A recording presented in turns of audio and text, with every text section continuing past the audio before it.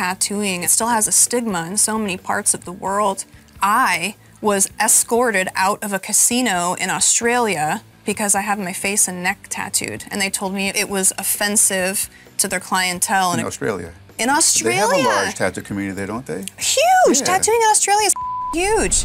Let's get into talking about this episode. You mean the reason why I stay up at night and can't sleep? No. Yeah, let's talk about it. Let's talk about how I that one up.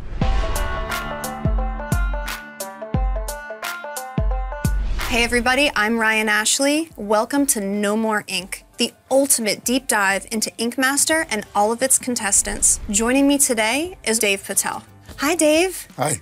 I didn't get to know much about you, so I would love to do that. How old are you? Where are you from? I'm 44 years old. I'm from Long Island, New York. Born and raised in Long Island? Born and raised in Brooklyn and eventually made it to Long Island. I hear the New York accent a little bit. A little bit. Oh, just a little bit. Just a. My wife says that. Does it come out more when you drink? Definitely does. Yeah, it does, right? Yes. Why do accents do that? I don't know. They always come out when you're drinking. And what do you specialize in? Just black and gray. Has it always been that way, or are you just kind Always of been black and gray. Always black and gray. Yes. I read about you that you had a career in graphic design previously. Yes. 15 years. Yes. That is wild. How did you get into tattooing? It's actually a pretty interesting story. I was getting tattooed in LA at a pretty reputable shop, talking to the artist about just basic artwork, like, paintings, drawings. And we started showing each other our work. And he's the one that said, why aren't you tattooing? And I said, it's just not for me. I'm more of a collector, not a tattooer.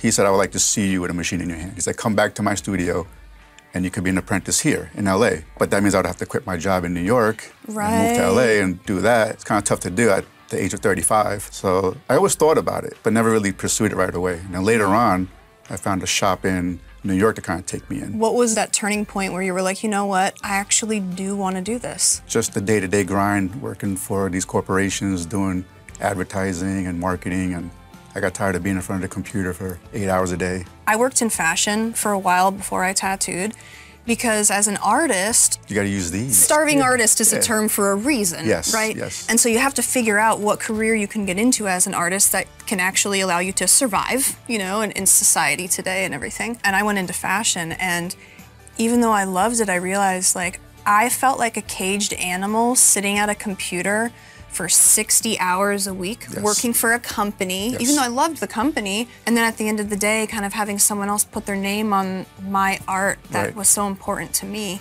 right? And so you kind of want to just live your art, when you tattoo. Create your own art. Yes, create your own art and have it be loved as much as you love it, right? Right. Do you think that all of your previous skills and training in graphic design aided you with that transition into the new medium? 100%, yes. I know nowadays a lot of people use Procreate, but when I first started, Procreate wasn't a thing, so I was doing everything on Photoshop.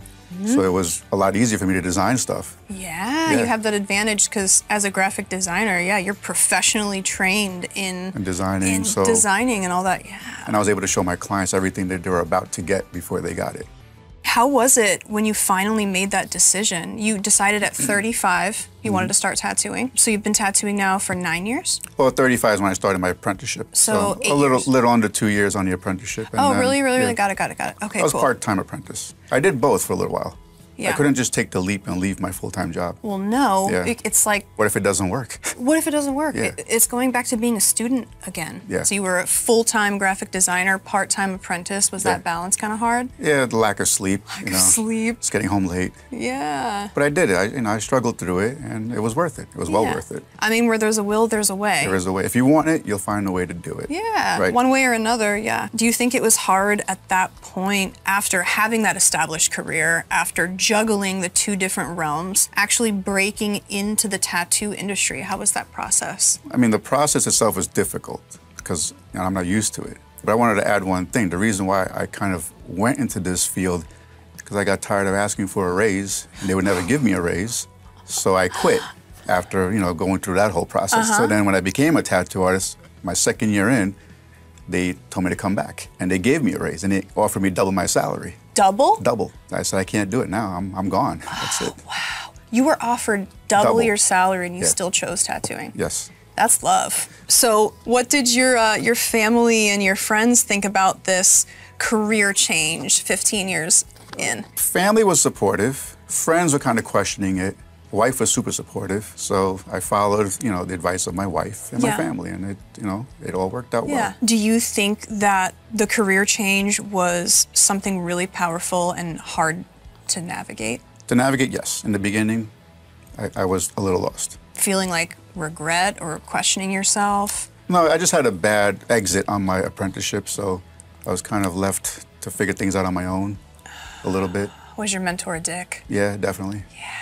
Why are mentors usually dicks? He was just money hungry. I mean, I learned what I had to learn and then just took it from there. So in all 15 seasons of Ink Master now, you are the first Indian competitor.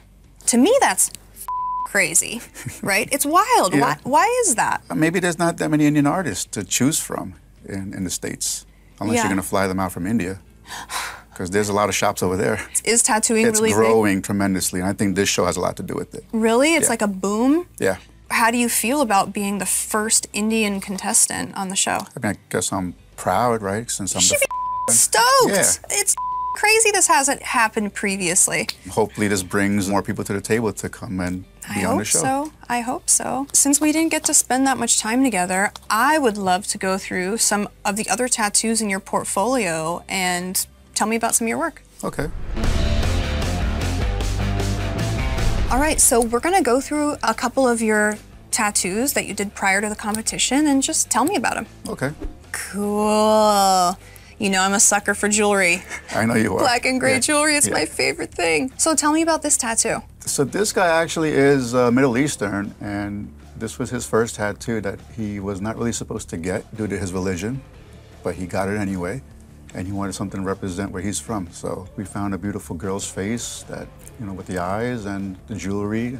And this is pretty much like, how his mom and his sisters, they cover their heads. I think he got in a lot of trouble for this tattoo. Do religious texts actually say no tattoos allowed? Yes, in the Muslim community, you cannot put a tattoo. It says no tattoos. You cannot put a tattoo on your body.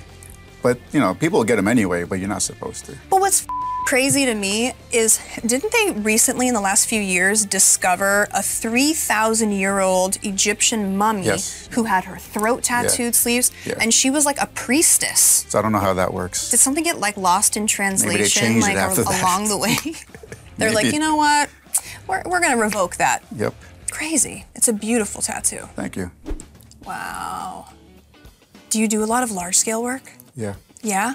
Chest pieces, back pieces, legs. Dave, I only saw one tattoo from yours, but what I see in this tattoo and the tattoo I saw in person is your gray, it's like powdery. It's like powder. It's like soft and really, really, really... You understand how long it takes to do some stuff. It takes forever. Forever. So that's why I'm a slow tattooer. It takes Trust me, I'm a slow tattooer too. But you can't rush... Can't rush it. It's not a race. You can't rush that.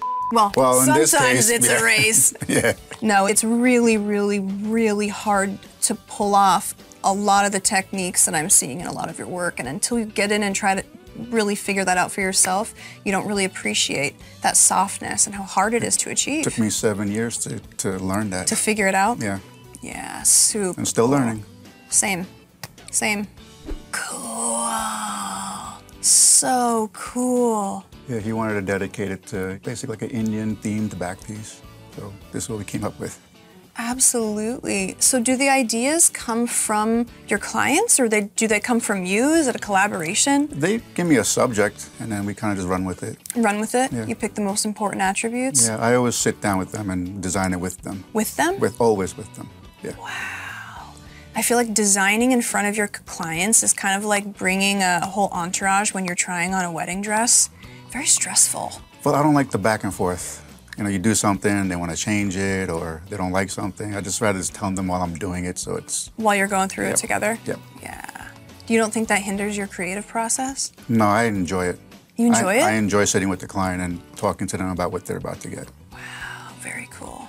This is really, really nice. I just love all the contrast between, like, sometimes with black and gray, it's more high contrast with, like, blacks and then the skin tones, right? Yes. It's all those medium tones that are the hardest to achieve that I love in black and gray. I love it. The same. soft I love powder. Oh, it's just subtle and delicate. I love it. You nail that technique. Super cool, Dave. Thank you.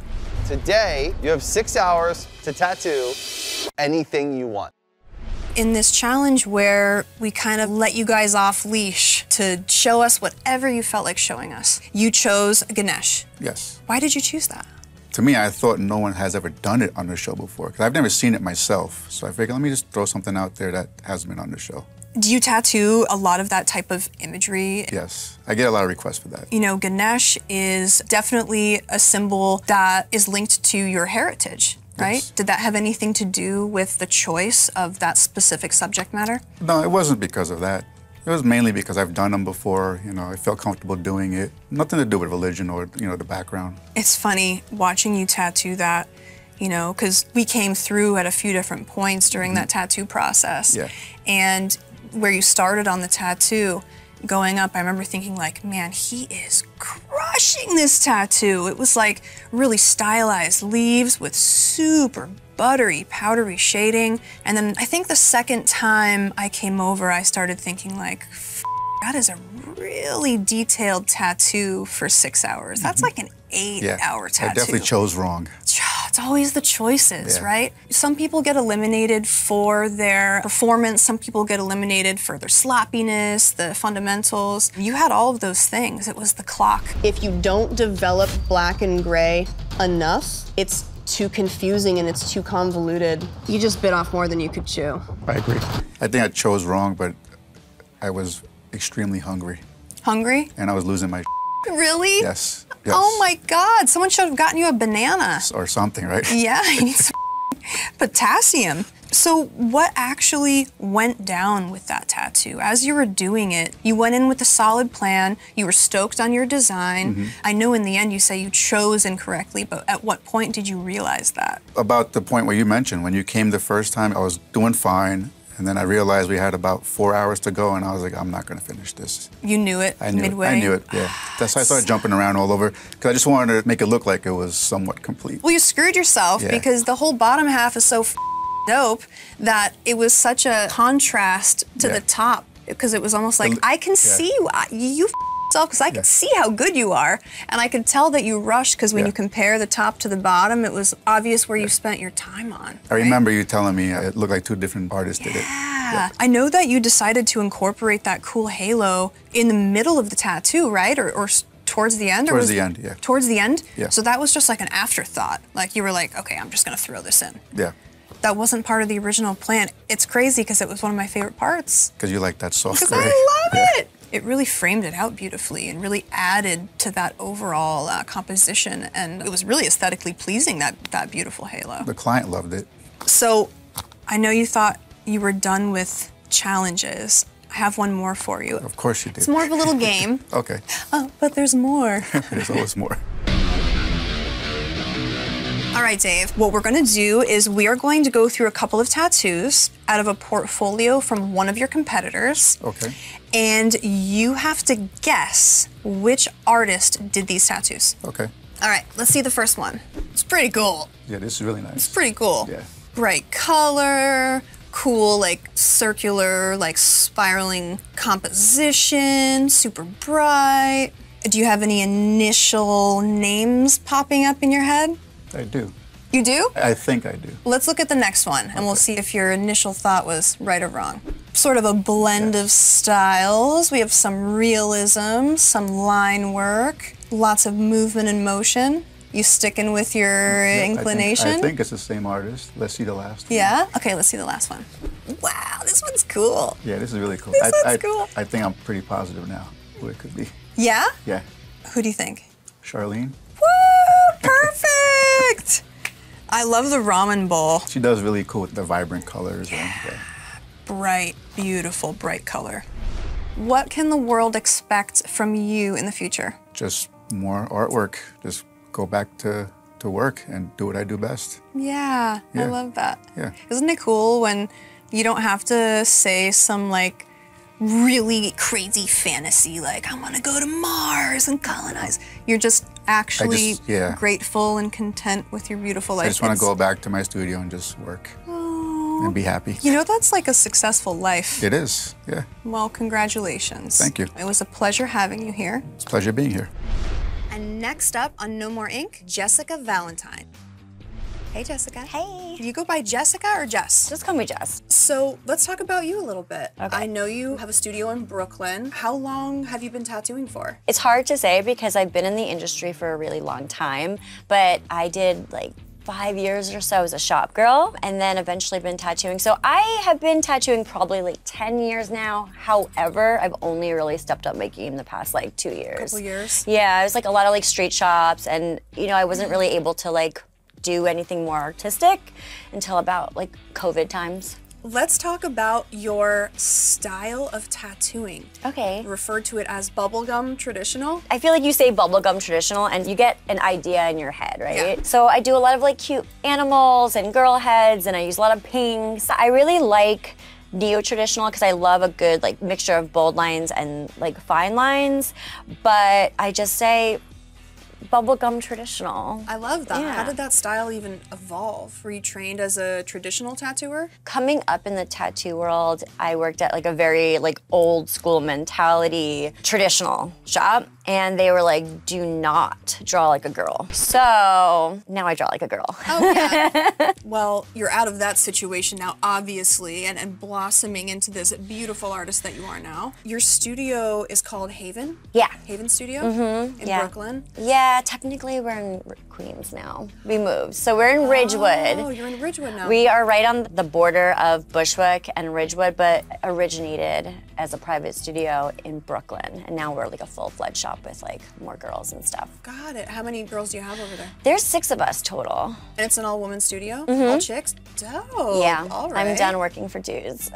Working for dudes? Yeah. Done. I've been in a few different situations in my career, a few different shops, and like, I don't know, I feel like at this point in my life, your vibe attracts your tribe, right? You own the studio now with your wife? Yeah, she's not a tattoo artist, she's like a painter and multimedia artist, but she handles all the I want to deal with. So she does the business side for me, so I don't have to do that. So it's really nice. So you've previously said that you make tattoos for girls, gays, and nays. I love that. So expand on that for me. So basically, how I opened up my private studio was I personally had a very toxic experience in the tattoo industry, and I just chalked it up to because I work in it and I'm a girl in the tattoo industry, and at the time there weren't very many of us. And then as I'm tattooing people, most of my clientele were women to begin with, so many have had horror stories of getting tattooed in uncomfortable situations by men that made them feel uncomfortable. So the more that I was hearing these stories, I'm like, okay, I think I need to like do something. So I opened up a private studio, and it was just meant to be a safe space because, you know, tattooing is really intimate. A lot of the times you have to remove articles of clothing. And then the more I did that and people were like, I'm so happy to like come here, I realized I needed to be on a bigger scale. So that's why we opened up our shop, and it's meant to be a safe space for the girls, the gays, and the theys. Basically people who have had negative experiences in the past or don't feel as comfortable going to like a bro shop. And that's pretty much what we try to do, you know, try to cater to people that like need that safety net. I mean, getting tattooed is such an intimate experience, and tattooing is art. Art should be for everyone. So it's amazing that you took a bad situation and you turned it into something beautiful. You know, yeah, I tried. Think about how many people, you know, probably come to your studio and leave with such a positive experience. It's like contributing something really lovely into the world. It's been so rewarding. People having like just thanking me, like, thank you for like this space. I've never had such a good tattoo experience, because we try to give them a great experience from the time they walk in the door. Because the way I look at it is like, you can look at any one of my tattoos, I'll remember not just the tattoo, the whole thing. Yes. Who was being a dick? Who was nice? Yes. What, like the whole thing. Every tattoo that I have, I can tell you, like, when you look at a tattoo of mine, in my mind, instantly, you know how they say, like, your life flashes You're brought back to that, You're brought back to that moment. And if it's a bad experience, then that piece of artwork on your body is going to make you relive that bad experience over and over. Yes, exactly. I'm currently lasering all those motherfuckers off. Same. I'm like, you will not harm my energy forever. I'm at the laser place, like, every month. I bought a laser. We do it in-house. I You should get one. I want to do that. I was thinking we could go through some of your favorite tattoos from your portfolio. Okay. I feel like you should have been on the season for longer, and you weren't, so I think we need to take a second and appreciate some of your beautiful bubblegum traditional artwork. Thanks. Let's show the world. Oh my God, is that a beeper? Yeah. If that tattoo was in black and gray, I would wish it were on me. A beeper. One of my best friends has been asking me for the last 5 years for a beeper for Christmas. You know you can't get those anymore? I believe it. Maybe eBay? But who's gonna You service can't it? use it. Yeah, exactly. I got her a razor phone instead. Oh, that's good. That's good. Pink. Yeah, I had that one. You have to have fun when you do tattoos like this, right? So Every silly day and is perfect. fun. Yeah. It has I love to be doing pop fun. culture tattoos. Pop culture tattoos. It's my favorite right now. I love that. Super cool. Oh, wow. Oh, this little get what you get tattoo. What is get what you get? Remember at grocery stores when we were little, you like put 2 quarters in, you get like a temporary tattoo? I have that at my shop. Like the stencil comes out? Yeah, Or like the like the line drawing, yeah. What? I give them the quarters, and then they see what comes out, and then they get it. Has anyone ever done it and not wanted to get it? Like I can read people, and I'm like, let's go again. Let's do it again. Let's go again. Let's do it again. Yeah. Or sometimes if I feel like they're not loving it, I'm like, I don't like that one for you. What I love about this tattoo is, first of all, moons. Second of all, mushrooms. Thirdly, heart-shaped pasties. I love it. It's silly. With a latex choker. My kind of girl. Cute. Like a pastel cowgirl, huh? Yeah, yeah. My friend wanted a cowgirl. That's adorable. Super cute. And then you can't tell, but on the side, I did like a lavender trad panther with like peonies all over it. It's really cute. Oh, I love it. I'm a sucker for fringe. Yeah, fringe is fun. So Jess, let's get into talking about this episode. Okay. I know. I know. I knew it was coming. I knew it was We can just coming. talk about girly all day, and I would love that. I mean, the reason why I stay up at night and can't sleep? No. Yeah, let's talk about it. Let's talk about how I that one up. It's not like you're in your normal life, in your normal shop, normal situations with clients you already know, and you have all the time in the world to come up with something, right? You're under pressure. You're being judged by a panel of people. You're competing next to some of the best tattooers in the world. Everyone's so good. Everyone's so good. So good. There's cameras everywhere. You're on a time crunch. You have no idea what the tattoo you're about to get. It's a lot, right? So it's funny because I tattoo relatively fast, but I take forever to draw. To design. It was fast, and I was just like, I don't want to make excuses. I wasn't like feeling great, and so I just was like, I like feel, I'm so mad at myself because I totally threw it in the towel. Like I just was like, oh, like it's fine. Like, You're going home. Don't worry about it. When you get that, like just a little tinge, just a hint of that feeling in your head, and then it just snowballs. Yeah. Right? And then it's just over. You almost like mentally, not give up, but you like mentally beat yourself up before you even begin the tattoo. Yeah. Oh, right? 100. You're like, this is gonna be. Yep. Well, 100. Before I was like, I hate this. I'm like, this is not at all what I would do. But I'm like, okay, here we go. Let's do it. Yeah. And then like as soon as I started, my machine that I typically use, the cartridge got stuck. So I remember. Yeah, I had to leave it Didn't you there. have it like bing, like go I had to flying? leave. Yeah, so I had to like leave it there, but which is fine. I had other machines, but I'm just like, this is totally just like a sign. Like this is just, and then I was like, it's fine. It's fine, but I'm really mad at myself. I really should have tried harder. I should have just like taken more time to do the design and less time to tattoo. But it is what it is. That's what we're here for, to work under pressure. So I guess you didn't like your skull pick. I mentally checked out of that tattoo. Like if I could go back, I would have not stressed about the 6-hour tattoo time, and I would have spent more of that time working on a drawing I preferred. It's like weird because like I did and I didn't. Right. The one I wanted, surprisingly, I wanted the one that Charlene got, the Japanese chrysanthemum. That's the one I wanted. Yeah. No. Because I feel like I could have had like a lot of fun with that. But also there's so many canvases, you forget what people say they wanted. Yeah. I knew which ones I didn't want, for sure. Which ones were those? The one Glenn got, the one Coral got. We really came out swinging with some crazy asks this first. The one that Brian got, like I was like, oh, I would love to do that one. But I was like, how do you show like artistry really with trad? But then I was like, you know what? He just did like a solid, clean tattoo. And I'm like, yeah, well, you live and you'll learn. Going into all these critiques and everything, I know you like hit a little bit on the fact that in the critique, there's information there that you took home with you, right? That you're bringing home with you. I know during that critique, DJ dinged you on color saturation a little bit.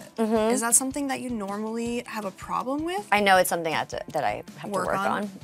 I do too. Without like overworking the skin. I have to say though, he definitely called me out at one point. He was like, I don't know who taught some of you guys how to like pat color, but and he's like, I was looking at you. I'm like, oh yeah, but also like when he came over, I'm like, I was just like so nervous. I was like, I'm not doing anything. You're like, I'm just gonna pretend to tattoo really every quick. time one of y'all walked over, I'm just like, I do that in my own shop. Okay. I work with such incredible artists, and you know when you're doing a tattoo and sometimes it's going through its like ugly phase until it becomes the swan. yeah, you're like, you know? just come back later. So I'll like be tattooing and I'll like get my paper towel and like put it over the area, you know, and just Yes. cover it and pretend like something else is going on. Oh yeah. Yeah. Color saturation is something that I'm just like trying to like tweak little techniques and stuff. So yeah, I definitely tried taking everybody's critiques like seriously because I'm here to learn, you know? Jessica, you're in the bottom 3 because you were struggling kind of the whole time with flow and design. Something that has always been hard for me as a judge has been eliminating people. I'm sorry, babe. My vote is for you. I know that's my job, I know that's what I'm there to do, but it doesn't feel good having to be the one to choose someone's fate like that. You know, it doesn't feel great. This season was especially hard for me because not only did we do teams, but all of you guys chose your teams. So like, you guys chose us. And so having to eliminate one of my own team members, it was brutal. It's brutal. I imagine that must have sucked. Yeah, it super sucked. I know you gave it your best. I know that you did. I saw you and I saw your struggle. I'm honestly just disappointed in myself. Don't be mad at yourself. We could see that you're a great illustrator. I think you're gonna push even further throughout your career and be amazing. Thank you. As that was going on, like what was going through your head? I mean, I try to be a realist, right? And so everyone's going to go home at some point, except for one person. Right. Right. So I just was like, okay, is this my time? Okay. Yes, no, maybe so. It's not a matter of if we're going home, it's when. So I just try to like keep that in mind and what can you do? You know what I mean? I honestly like am still shocked that I made the show. Still shocked. I don't know how I made the show. Someone messed up, but No, that's not true. No, I really am like, I must have gave great interviews.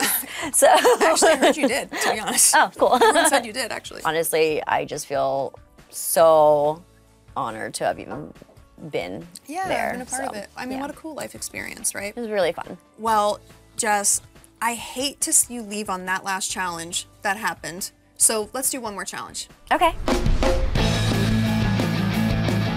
This challenge is called the Smash Challenge. It is a challenge where I'm going to show you 3 different tattoos. And these tattoos are mashups of multiple styles blended to create this one image. And your job is to guess which tattoo styles came together to make these tattoos. Okay. Ready? Yeah. I want to say that it's like maybe black and gray realism mixed with neo-traditional because the clouds look real. I don't know. Oh, you crushed. That's Yeah? it. Yeah. Smashed. This is like one of my favorite tattoos I've seen in a minute, too. It's really cool. Aaron Chance is incredible. It's so good. I mean, I want to say again, black and gray realism with traditional? Okay, I'm gonna give you a hint. It's not traditional. Okay. Almost traditional. It's like traditional with a little less rules and more creativity. Neo-traditional? Yeah, Again? yeah, I didn't. Okay, that's what I thought because it's- of like the swirlies, but then I was like, well, we just did that. Oh, illustrative. Illustrative. I remember this one. This is when they had to take landmarks. and Landmark mashups. Yep. He must have gotten realism in like new school. Yeah, he did. Okay. That's exactly it. It was Okay. a new school black and gray realism mashup day. It wasn't his day. It wasn't his day. Yeah, no bueno. As a closing statement to the world, because I don't know, you're just such a delightful person who does such cool artwork. What do you want to happen in the future? What do you see for yourself? gosh, I can't even think about tomorrow, let alone the future. But honestly, I want to keep getting better. And I hope that I'm able to have respect in the industry. That's a big one. Yeah, right? Like, it's something you don't always think about, but respect for the right reasons, though. Yes. Right? Respect for the right Absolutely. reasons. And I'm not one of those people that tattoo is just like a job. Like, for me, it's like a passion. It's a lifestyle. It's a lifestyle. Yeah. So I want to keep every tattoo. I try to make better than the last. That's all I can do. Absolutely. Yeah. Yeah, you just opened your new studio, Yeah. right? And you've expanded and all of that. So Yeah. I hope it grows and Thanks. prospers. Thank you. Me too. I hope you make lots and lots of people very happy with your art. Thank you so much, Ryan. Thank you, Jess. And thanks to all of you guys at home for tuning in today. And don't forget to subscribe to the Ink Master YouTube channel for everything Ink Master.